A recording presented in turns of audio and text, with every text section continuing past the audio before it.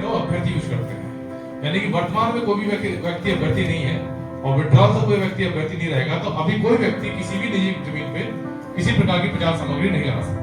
तो बहुत महत्वपूर्ण बिंदु है अभ्यर्थी वाला।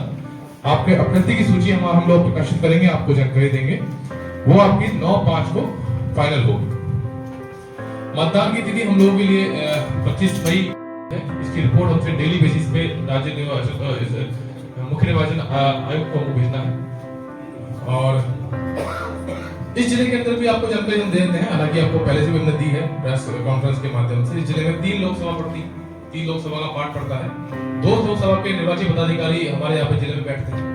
शिवहर लोकसभा का निर्वाची पदाधिकारी जिला पदाधिकारी होते हैं और पूर्वी चंपारण लोकसभा के निर्वाची पदाधिकारी अपर समाहर्ता होते हैं। इन दोनों में 6 विधानसभा क्षेत्र आते हैं। इसके अलावा रक्सौल, सुगौली, नरकटिया, ये 3 विधानसभा क्षेत्र हमारे पश्चिमी चंपारण लोकसभा में पड़ते हैं और इनके निर्वाची पदाधिकारी वहां पर बैठेंगे, क्योंकि हमारे यहाँ से हम लोग चुनाव करवाने के बाद पोल ईवीएम को बेतिया भेजेंगे। हमारे यहाँ पर जो काउंटी का सेंटर हम लोगों ने निर्धारित किया है वो एमएस कॉलेज है। एमएस कॉलेज में हम लोग रिसीविंग करेंगे और जो ईवीएम हमारी जाएगी बूथ पर, वो हमारे यहाँ पे 7 स्थान से जा रही है, 7 लोकेशन से जा रही है। वैसे हर लोकेशन पे अलग अलग एसी के अलग स्थान है, तो कुल 12 एसी हमारे यहाँ पे है, तो 12 स्थान हम लोगों ने चयनित किए हैं, लेकिन जो स्थान है वो 7 है। इसका मतलब ये हुआ कि चिरैया में जैसे हम लोग डिस्पैच कर रहे हैं, तो वहाँ आसपास की 2 बिल्डिंग है, एक प्रखंड की बिल्डिंग है, एक स्कूल की बिल्डिंग है, दोनों से हम लोग डिस्पैच करेंगे, लेकिन वो लोकेशन एक ही है, वहाँ पे बिल्डिंग 2 है। तो 12 एसी के लिए 12 बिल्डिंग है, लेकिन स्थान 7 है, 7 जगह से हम लोग डिस्पैच करेंगे। एक सुगौली में नंद स्कूल है, मधुबन में स्कूल है, एसआरएपी कॉलेज है, एमएस कॉलेज है, केसरिया में हाई स्कूल है। इस तरह से 7 जगह हम लोग, अरेदार में भी सोमेश्वर हाई स्कूल है, तो वहां से हम लोग डिस्पैच करेंगे। हम लोग धारा 144 लागू करते हैं। अभी हम लोगों ने धारा 144 2 महीने के लिए लागू करी है, क्योंकि वो 2 महीने का उसमें नियम होता है सीआरपीसी के अंदर। आप 2 महीने के लिए धारा 144 लगा सकते हैं। उसके बाद अगर राज्य सरकार को एक्सटेंड करना हो तो 6 महीने तक एक्सटेंड कर सकती है। तो वर्तमान में हम लोगों ने 2 महीने के लिए धारा 144 लगाई है। उसमें कुछ कंडीशंस लगाई गई हैं, उस कंडीशन की जानकारी आपको दी जाएगी। आपको उसका प्रश्न, हमारा जो ऑर्डर है वो भी शेयर किया जाएगा।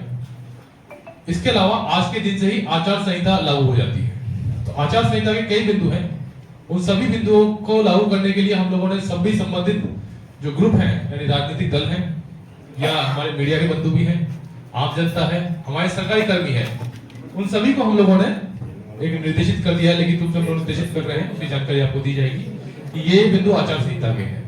कुछ महत्वपूर्ण बिंदु मैं आपको बता रहा हूं। अब किसी भी नई योजना का शिलान्यास, उद्घाटन या कार्य प्रारंभ नहीं होगा। कार्य प्रारंभ बहुत महत्वपूर्ण शब्द है। इसका मतलब यह है कि कोई भी योजना जिसका टेंडर हो गया है, अभी कार्य प्रारंभ अगर उसका नहीं हुआ है, तो आज के बाद से कार्य प्रारंभ नहीं होगा, चाहे टेंडर फाइनल हो गया हो, चाहे करारनामा हो गया हो। जिस योजना का कार्य धरातल पे चल रहा है, केवल वही योजना हम लोग लागू रखेंगे। सेकंड चीज है कि किसी प्रकार से हम लोग राज्य सरकार या केंद्र सरकार की किसी योजना का प्रचार प्रसार भी नहीं करेंगे, जब तक ये आचार संहिता लागू रहेगी। कोई भी व्यक्ति अपना राजनीतिक प्रचार प्रसार अभी नहीं कर सकता है, जब व्यक्ति होगा तभी कर पाएगा। तो जितने प्रकार के पोस्टर बैनर हैं, उन सभी लोगों को हम लोग हटाने के लिए निर्देश भी करेंगे। हम लोग हमारे पदाधिकारियों से भी बोलेंगे, वो भी हटाएंगे। अभी वो कार्य आज से प्रारंभ हो जाएगा। जितने भी हम लोगों के भवन है, सरकारी भवन है, उसमें किसी भी सरकारी योजना का अभी जो लगे हुए हैं पोस्टर को हम लोग खुद हटा लेंगे। अगले 3 दिन में आप आचार संहिता का पालन करेंगे। कोई भी कर्मी किसी भी प्रकार के प्रचार प्रसार में शामिल नहीं हो सकता है। किसी पॉलिटिकल पार्टी या पॉलिटिकल व्यक्ति के सहयोग में वो कोई भी अपना कमेंट सोशल मीडिया पे या सामान्य तरीके से भी नहीं दे सकता है। इसको देने के अगर वो देता है तो इस कार्य के लिए 3 महीने तक की इसको सजा भी हो सकती है। इसका निर्देश भी हम लोग देंगे।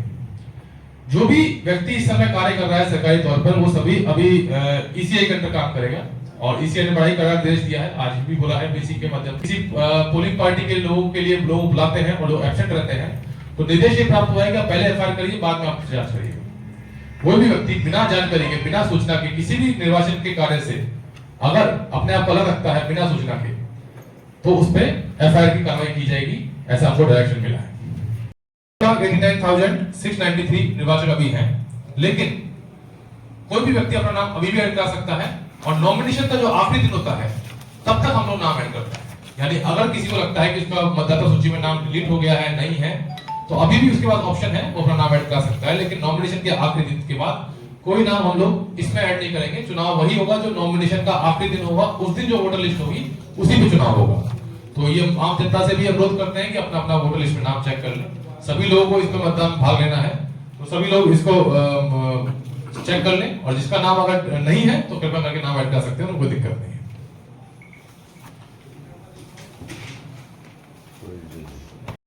हाँ, ये बीसी वाइट है जो आपको आंकड़ा दिया गया है। इसमें एक चीज और है, जैसे कि ये रक्सौल, सुगौली और नरकटी का हमने जोड़ दिया है इसके अंदर, लेकिन वो हमारे एसी है, नहीं हमारे पीसी नहीं है। हमारे जो 2 पीसी हैं वो पूर्वी चंपारण है, शिवहर है। इसमें हमने जो जोड़ा है वो शिवहर, रीगा और बेलसर का भी जोड़ा है। तो कुल मिला के ये 15 एसी का आंकड़ा हम आपको बता रहे हैं, 44,89,000 जो हम लोगों के हमारा कार्य इसके अंदर रहेगा। इसके अंदर 6 हमारे पूर्वी चंपारण के, 6 मेरे शिवहर के, प्लस 3 हमारे पश्चिम चंपारण पीसी के, लेकिन हमारे जिले के हैं। तो हमारे जिले में अगर हम लोग 3 जो शिवहर, रीगा और बेलसर को हटा दें तो हमारे जो इलेक्टर बनते हैं वो इस जिले के 35 लाख इलेक्टर है। 35,64,990 इलेक्टर हमारे यहाँ पर है ना। कौन सा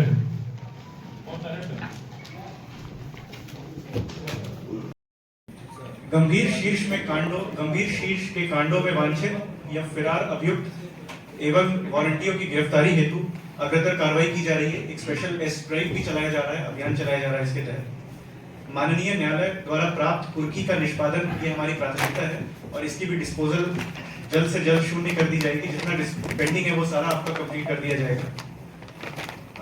शराब संबंधित छापेमारी हेतु विशेष जिला स्तरीय एक टीम का गठन किया गया है, जो शराब कारोबारियों और उत्पादकों के विरुद्ध छापेमारी कर रहा है लगातार। मोतिहारी जिला अंतर्गत सभी थाना ओपी द्वारा प्रतिदिन वाहन चेकिंग की जा रही है। इसके लिए भी एक स्पेशल अभियान चलाया जा रहा है। विशेषकर जो आप हमारे बॉर्डर एरियाज है वहाँ एसएसपी की टीम के साथ थाना मिल के जितने शराब, मादक और विस्फोटक पदार्थ हैं उनकी तस्करी की रोकथाम हेतु रेगुलर रेड भी किया जा रहा है। रेगुलर हम लोग बॉर्डर पे अलर्ट भी हैं। साथ ही साथ एफएसटी और एसएसटी, जैसा डीएम सर ने बताया, एफएसटी एसएसटी का गठन हुआ है जो कि रेगुलर वाहन चेकिंग कर रहा है, ताकि कोई सीजर अगर इस टाइप का हो सके वाहन चेकिंग के दौरान, लिकर सीजर या फिर कैश सीजर, इस टाइप के सीजर्स को बढ़ाने के लिए। हमें 3 कंपनीज प्राप्त हुई हैं, बीएसएफ, आईटीबीपी और सीआईएसएफ की। इनके साथ रेगुलरली थाना और ये सेंट्रल सीएपीएफ की companies regularly flag march, red, वाहन चेकिंग, पेट्रोलिंग लगातार इनके द्वारा की जा रही है। सुदूर क्षेत्रों में अपराध नियंत्रण एवं विधि व्यवस्था संधारण हेतु गत दिनों नाकों और ओपी की भी स्थापना की गई है। आज ही सदर 2 का ऑफिस का उद्घाटन हुआ है, वो भी कार्यरत है, जिनके अंतर्गत 5 थाने आ रहे हैं। पूर्वी चंपारण मोतिहारी जिला अंतर्गत जो संवेदनशील बूथ हैं उनके लिए हम और एसडीएम साहब, डीएम सर ने बताया, डीएम सर, एसपी सर लगातार क्षेत्र भ्रमण में भी रहेंगे। साथ ही साथ वहां पे जो अपराधी तत्व हैं, जो असामाजिक तत्व हैं, उनको चिन्हित कर उन पे भी कार्रवाई की जा रही है। महिलाओं और दिव्यांग वोटर्स के मतदान हेतु उनको प्रेरित करने के लिए महिला पुलिस बलों और पुलिस पदाधिकारी द्वारा जागरूकता अभियान भी चलाया जा रहा है।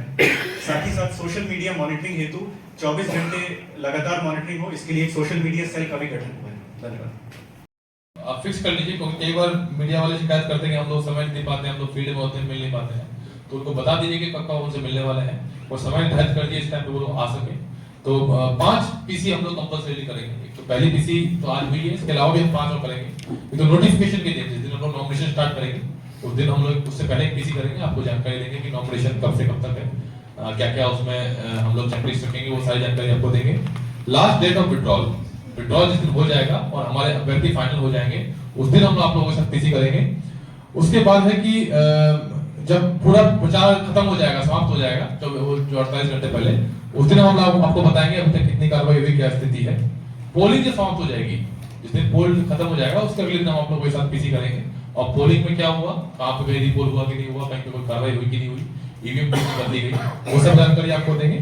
और जब फाइनल हमारा सारा कंप्लीट हो जाएगा, काउंटिंग हो जाएगी, उसके बाद भी एक पीसी हम आप लोगों के साथ करेंगे। इसके अतिरिक्त भी आप लोग अनुरोध कर सकते हैं, डीपीआर साहब यहाँ बैठे हैं, आप जब भी बोलेंगे हम लोग तब उस टाइम पे आप लोगों को डिटेल शेयर करेंगे। बीच बीच में चूंकि लंबा समय है, हम लोग 6 फेज में है, टाइम बहुत ज्यादा है, तो बीच बीच में समय निर्धारित करके हम लोग डिटेल में डिस्कशन करेंगे। वैसे आप कभी भी लोग शाम को मैं इन जनरल बता रहा हूँ कि जो पब्लिक भी मिलती है, लेकिन आप लोग कभी भी शाम को 4:30 बजे के बाद आपको जरूर हम मिल जाएंगे, 4:30 से 5 के बीच जरूर मिल जाएंगे। दिन में हो सकता है हम लोग फील्ड में रहें, अगर बहुत इमरजेंसी काम है तो 10 बजे मिल जाएंगे। ये हमने पब्लिक के लिए भी हमने बोला हुआ है, या जो भी हमारे कर्मियों के लिए भी है कि अगर डीएमएसपी है, अपने लिए बोल रहा हूँ कि हम 10 बजे आपको जरूर मिल जाएंगे ऑफिस के अंदर, 4:30 बजे जरूर मिल जाएंगे। बीच में भी मिलेंगे, लेकिन बीच में हम लोग हो सकता है फील्ड में भी हो, क्योंकि चुनाव काम है। इस टाइम पे बिना बताए, बिना फोन किए, बिना मैसेज किए हमारे पास में आ सकते हैं, कभी भी हमारे कार्यालय में आ सकते हैं। चंपारण जिले में 2 लोकसभा हमारे यहाँ पे पड़ती है, जिसमें कि 2 के निर्वाची पदाधिकारी जिले में है। 1 लोकसभा जो पश्चिमी चंपारण है, उसका कुछ भाग 3 AC हमारे यहाँ पे पड़ते हैं। पूर्वी चंपारण में 2 लोकसभा यहाँ पड़ती है और पश्चिमी चंपारण का कुछ भाग यहाँ पड़ता है। इसमें भी जो शिवहर लोकसभा है उसके 3 AC हमारे यहाँ पे पड़ते हैं और 3 AC सीतामढ़ी और शिवहर जिले में पड़ते हैं। 6 फेज में हमारे यहाँ पे शिवहर AC और पूर्वी चंपारण AC का चुनाव है और उसकी तिथि निर्धारित की गई है। अधिसूचना जारी होने की तिथि है 29 अप्रैल। नाम निर्देशन दाखिल करने की अंतिम तिथि है 6 मई। नाम निर्देशन पत्रों की समीक्षा की तिथि है 7 मई और अभ्यर्थी वापस करने की अंतिम तिथि है 9/5। मतदान की तिथि है 25 मई और मतगणना की तिथि है 4 जून। तो ये हमारा चुनाव समाप्त होगा हमारा 6 तारीख को। 4 तारीख को हमारा मतगणना समाप्त होगा। 2 दिन और हम लोग देते हैं। आज से आचार संहिता लागू हो जाएगी। इसके लिए हम लोग एक 144 का ऑर्डर लगा रहे हैं। सभी पॉलिटिकल पार्टी के लोगों के साथ आज अपने बैठक हम लोग बुला रहे हैं। कल हमने पहले ही सभी हमारे कर्मियों को बोल दिया, जिस दिन भी आचार संहिता लगेगी उसके प्रावधान को समझा दिए गए हैं, उनका अनुपालन करेंगे। कोई भी सरकारी कर्मी किसी भी ऐसे काम में इन्वॉल्व नहीं हो सकता है जो किसी पॉलिटिकल पार्टी या किसी राजनीतिक व्यक्ति के सहयोग के लिए हो। उस पर कड़ी कार्रवाई की जाएगी। 3 महीने की सजा उसमें अंदर है, उसके अंदर FIR की जाएगी। इसके अलावा जो हमारे यहाँ पे टोटल बूथ की संख्या है 3496 है, 1885 लोकेशन है। सभी बूथ पे हम लोग AMF सुनिश्चित कराएंगे। अभी CAPF की 3 कंपनी यहाँ पे आ गई है और बाकी कंपनी भी आएंगी। हम लोग उसके साथ मिलकर कार्रवाई कर रहे हैं। पिछले लोकसभा चुनाव में आचार संहिता उल्लंघन को लेकर 91 FIR हुई थी, 91 FIR हुई थी और सभी का ट्रायल चल रहा है। सभी का चार्जशीट दाखिल हो गया है। पिछले विधानसभा चुनाव में 45 FIR हुई थी, उन सभी की भी चार्जशीट दाखिल हो गई है। सभी पे ट्रायल चल रहा है। सभी लोग अपना केस अब कोर्ट में लड़ रहे हैं, सजा भी उसमें होगी। तो इस प्रकार से हम लोग चाहते हैं कि अभी सभी लोग सतर्क रहें, आचार संहिता का पालन करें ताकि ऐसी स्थिति दोबारा ना हो और चुनाव जो है हमारा शांतिपूर्ण से। सर, दिव्यांग वोटरों के लिए क्या व्यवस्था है? दिव्यांग वोटर के लिए इस पर विशेष व्यवस्था की गई है। एक तो एब्सेंटी वोटर में उनको माना गया है। जो व्यक्ति अगर फॉर्म 12D हमारे यहाँ पर है, अगर नामांकन के 5 दिन बाद तक उसको भर के जमा कराता है तो उसके यहाँ पे हम लोग टीम भेज के मतदान करवाएंगे। उसको तिथि बताई जाएगी। अगर वो बूथ पे आता है तो हमारे यहाँ पे 1885 लोकेशन में 3496 बूथ हैं और सभी लोकेशन पे हम लोग एक व्हीलचेयर की व्यवस्था करेंगे। उनको एक ऐप भी उनके लिए बनाई गई है जो उनको बाकी जानकारी देगी। तो दिव्यांगों के लिए इसे विशेष हम लोग प्रयास कर रहे हैं। इसके अतिरिक्त सभी विधानसभा क्षेत्र में एक बूथ ऐसा होगा जिसमें केवल दिव्यांग कर्मी ही उस पूरा चुनाव उस बूथ पे करेंगे। कुल मतदाता की संख्या कितना? मतदाता की संख्या लगभग 35 लाख के आसपास। 107, 110 की कार्रवाई की जा रही है। CCA 3, CCA 12 की भी कार्रवाई बढ़ाई गई है। साथ ही साथ जो हमें सेंट्रल फोर्सेस की कंपनीज मिल रही हैं उनके साथ फ्लैग मार्च, पेट्रोलिंग, वाहन चेकिंग और जहां संबंधित रेड्स हैं वो प्लान किए जा रहे हैं, लगातार की भी जा रही है। वारंट का निष्पादन किया जा रहा है। गंभीर कांडों के जो अपराधी हैं उनके खिलाफ, जिनके खिलाफ कुर्की निर्गत है, उनके कुर्की का निष्पादन किया जा रहा है और वारंट निर्गत है उनमें वारंट का निष्पादन किया जा रहा है। शराबबंदी के लिए सब बता रहे शराबबंदी। ये शराब संबंधित एक स्पेशल जिला स्तरीय टीम का भी गठन हुआ है जो लगातार मॉनिटर कर रही है जितने शराब संबंधित रेड्स हो रहे हैं। जो पुराने वांछित अभियुक्त हैं या फरार चल रहे हैं या फिर जिनका नाम है शराब के केसेस में, उन पर लगातार छापेमारी की जा रही है। Thank you.